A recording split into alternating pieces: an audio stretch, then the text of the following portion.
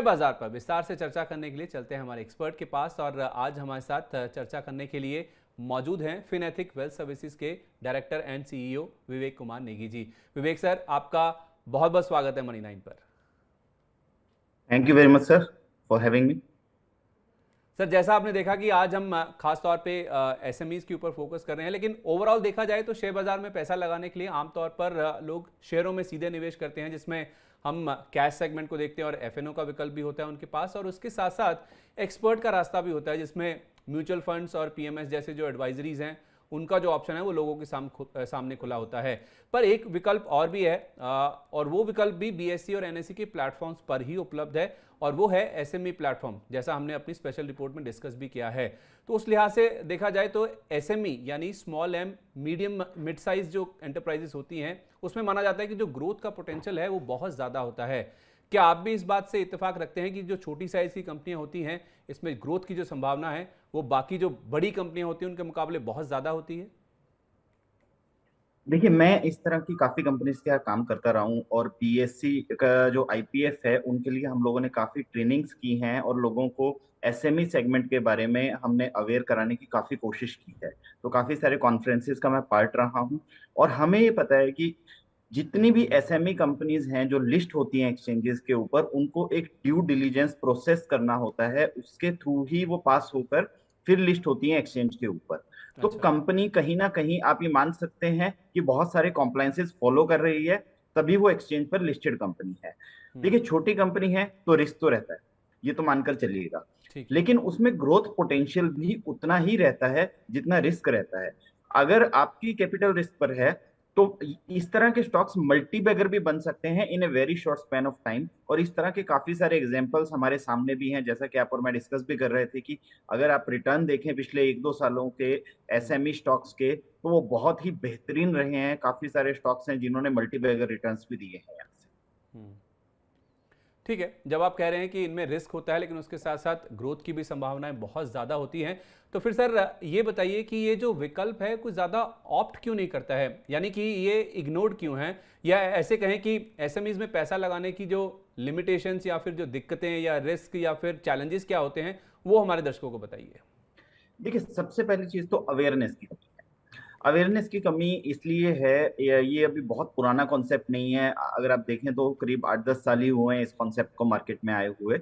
और जो success stories हैं वो भी बनना शुरू हुई हैं, और जैसे सक्सेस स्टोरीज मार्केट में आएंगी वैसे वैसे इंटरेस्ट लोगों का बढ़ेगा। दूसरा, बड़े इन्वेस्टर्स इस तरफ बहुत ज्यादा इंटरेस्ट क्यों नहीं लेते हैं, क्योंकि जनरली इन कंपनीज का साइज काफी छोटा रहता है, और छोटा साइज रहने की वजह से काफी सारे लिमिटेशंस रहते हैं, जिस वजह से बड़े जो फंड हाउसेज हैं, इंस्टीट्यूशनल इन्वेस्टर्स हैं, एचएनआईज हैं, वो इन्वेस्ट नहीं कर पाते हैं। छोटे इन्वेस्टर क्यों नहीं इन्वेस्ट कर पाते हैं? क्योंकि उनके पास उस तरह का कोई इंफॉर्मेशन टूल नहीं है, उस तरह की कोई रिसर्च अवेलेबल नहीं है कि वो इन कंपनीज में निवेश कर सके। मुझे लगता है कि इसमें रिसर्च कंपनीज और फंड्स मैनेजमेंट कंपनीज काफी बड़ा रोल प्ले कर सकती हैं लोगों को अवेयर करने का, और इन कंपनीज में निवेश करने के लिए प्रेरित करती हैं।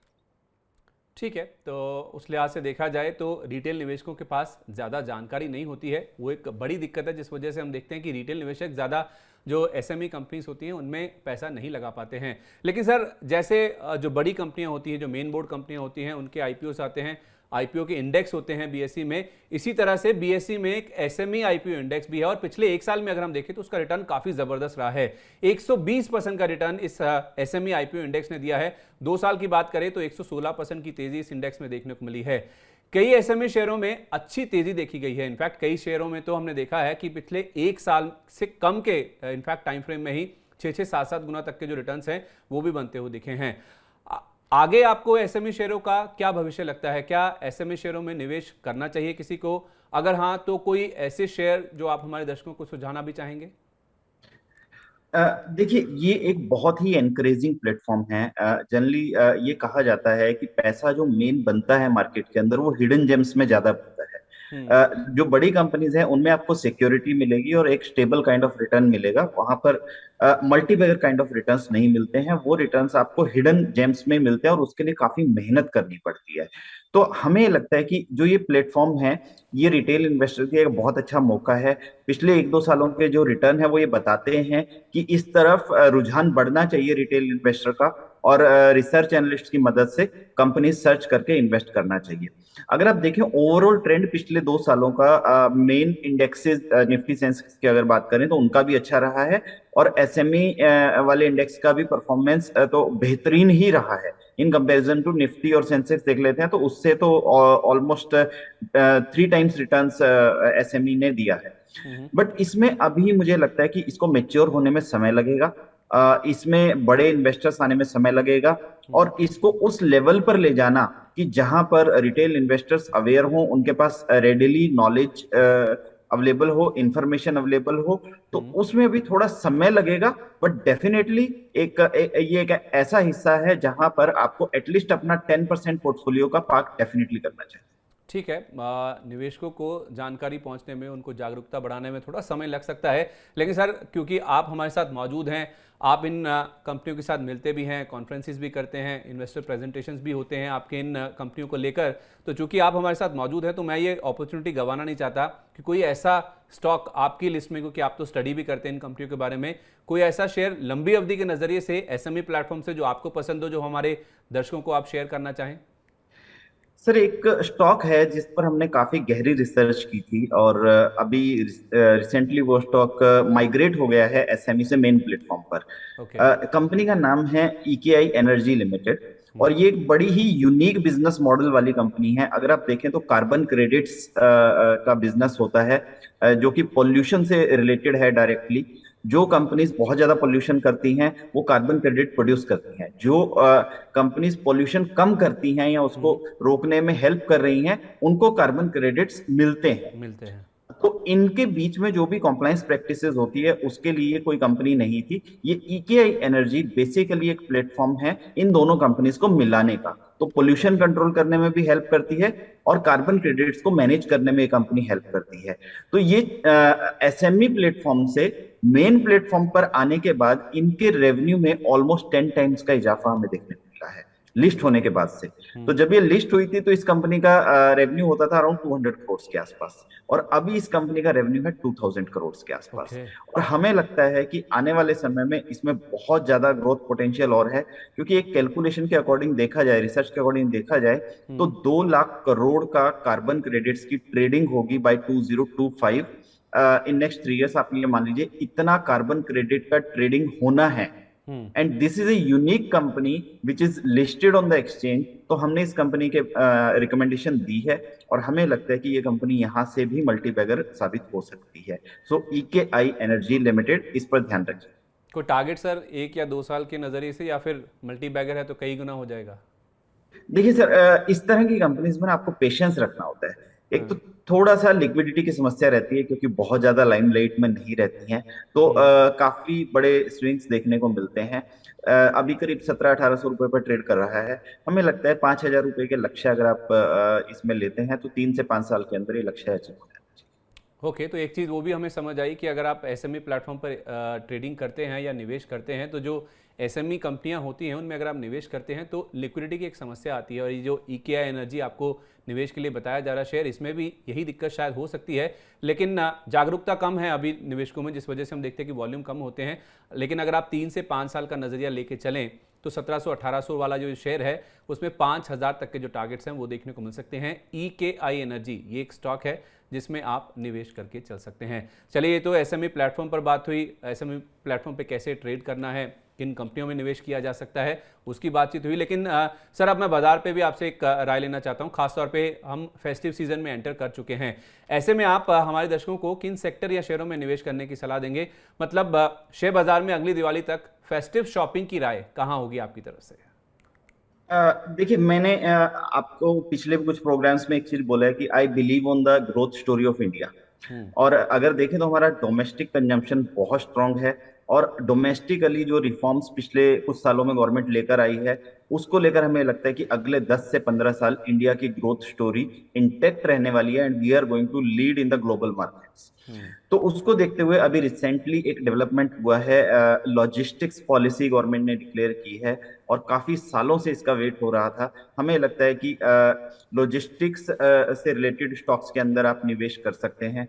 दूसरा, जैसा कि मैंने कहा, कंजम्पशन मेरा फेवरेट सेक्टर रहा है शुरू से, तो कंजम्पशन सेक्टर को आप देख सकते हैं।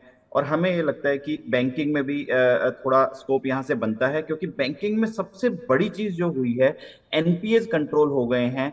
और जो समय था कोरोना का, उसके बाद जो डर था कि कहीं ना कहीं बैंकिंग सेक्टर में एनपीएस बढ़ सकते हैं, वो डर अब निकल चुका है। तो लॉजिस्टिक्स, डिफेंस, कंज्यूमर ड्यूरेबल और बैंकिंग, हमें लगता है कि एक क्षेत्र आने वाले समय में बहुत अच्छा परफॉर्मेंस देगा।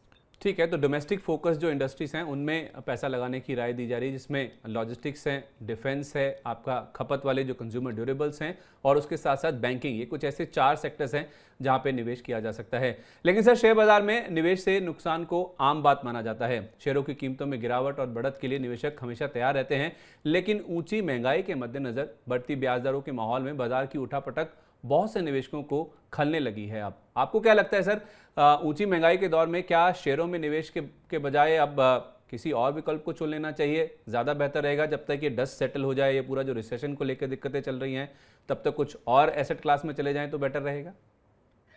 सर, आप इस समय वर्ल्ड की बेस्ट इकोनॉमी में बैठे हैं, और मैं यही मानता हूं कि India will be the fastest developing economy in the next decade. मैं 1-2 साल की बात नहीं कर रहा हूं, मैं डिकेड की बात कर रहा हूं। तो अगर इस तरह की कोई असमंजस है, ग्लोबल मार्केट में दिक्कत है, और इन्फ्लेशन की समस्या की भी आप बात कर रहे हैं, तो ग्लोबली है। हमारे यहाँ पर इन्फ्लेशन काफी हद तक कंट्रोल में है, इंडिया की अगर बात करें तो। हम्म। तो अगर उसकी वजह से कोई करेक्शन आपको मार्केट में देखने को मिलता है, तो एक एक्युमुलेशन फेज होगा। आपको अच्छे स्टॉक्स कम प्राइसेस पर खरीदने का मौका मिल रहा है। तो हमें लगता है कि आपको पोर्टफोलियो बिल्डअप करना चाहिए ऐसे समय पर, और इंडिया ग्रोथ स्टोरी के साथ इंटेक्ट रहना चाहिए। हमारा जो टारगेट है सेंसेक्स पर 1 लाख का बाय 2025, वो इंटेक्ट है। और हम उसको बार बार यही कहना चाहेंगे कि अगर आप निवेश करते हैं तो 2025 तक रुकिए, या जब तक सेंसेक्स 1 लाख नहीं हो जाता है तब तक के लिए मार्केट में निवेश बनाए रखिए। ओके, तो भले ही ग्लोबल स्तर पर दिक्कतें हैं, लेकिन डोमेस्टिक ग्रोथ स्टोरी को लेके विवेक सर काफ़ी ज़्यादा बुलिश है। इनफैक्ट जब भी हमसे बात होती है वो हमेशा ये कहते हैं कि बाजार में जो गिरावट का माहौल है, जो उठापटक है या कोई भी कमजोरी है, उसे आप एक्यूमुलेट करने के लिए, यानी कि हर गिरावट पर अच्छे शेयरों में खरीदारी के तौर पे ही देखें इस मौके को। और 2025 तक सेंसेक्स में 1 लाख का टारगेट मुझे पहले भी याद है सर, आपने हमारे साथ कई बार शेयर किया है, और अब भी वो कह रहे हैं कि इंटैक्ट है ये टारगेट 1 लाख रुपए का, 1 लाख पॉइंट्स का सेंसेक्स के ऊपर। और जब सर तक ये लेवल नहीं। संदीप जी, जी। जिस दिन 1 लाख का सेंसेक्स हो जाएगा, उस दिन हम एक स्पेशल शो करेंगे इसको। जरूर सर, मैं आप ही के साथ ये शो करेंगे भी हम। और लगातार हम जैसे आपको बता रहे हैं कि 2025 तक सेंसेक्स का टारगेट विवेक सर लेके चल रहे हैं। जिस दिन ये अचीव होगा उसकी खुशी भी मनाएंगे, आपके साथ भी खुशी को शेयर करेंगे। लेकिन सर, एक जो दिक्कत की बात है, थोड़ा मैं शॉर्टर टर्म के व्यू के हिसाब से आपसे बात कर रहा हूँ, ट्रेडर्स के एंगल से, कि 11 अक्टूबर यानी कि मंगलवार को निफ्टी ने 16,985 का जो 200 डीएमए का स्तर था उसके नीचे की क्लोजिंग दी थी।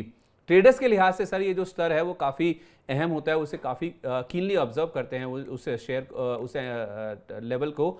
अब अगला जो अहम लेवल है वो 16,788 के आसपास का है, जो कि 100 डीएमए का लेवल है।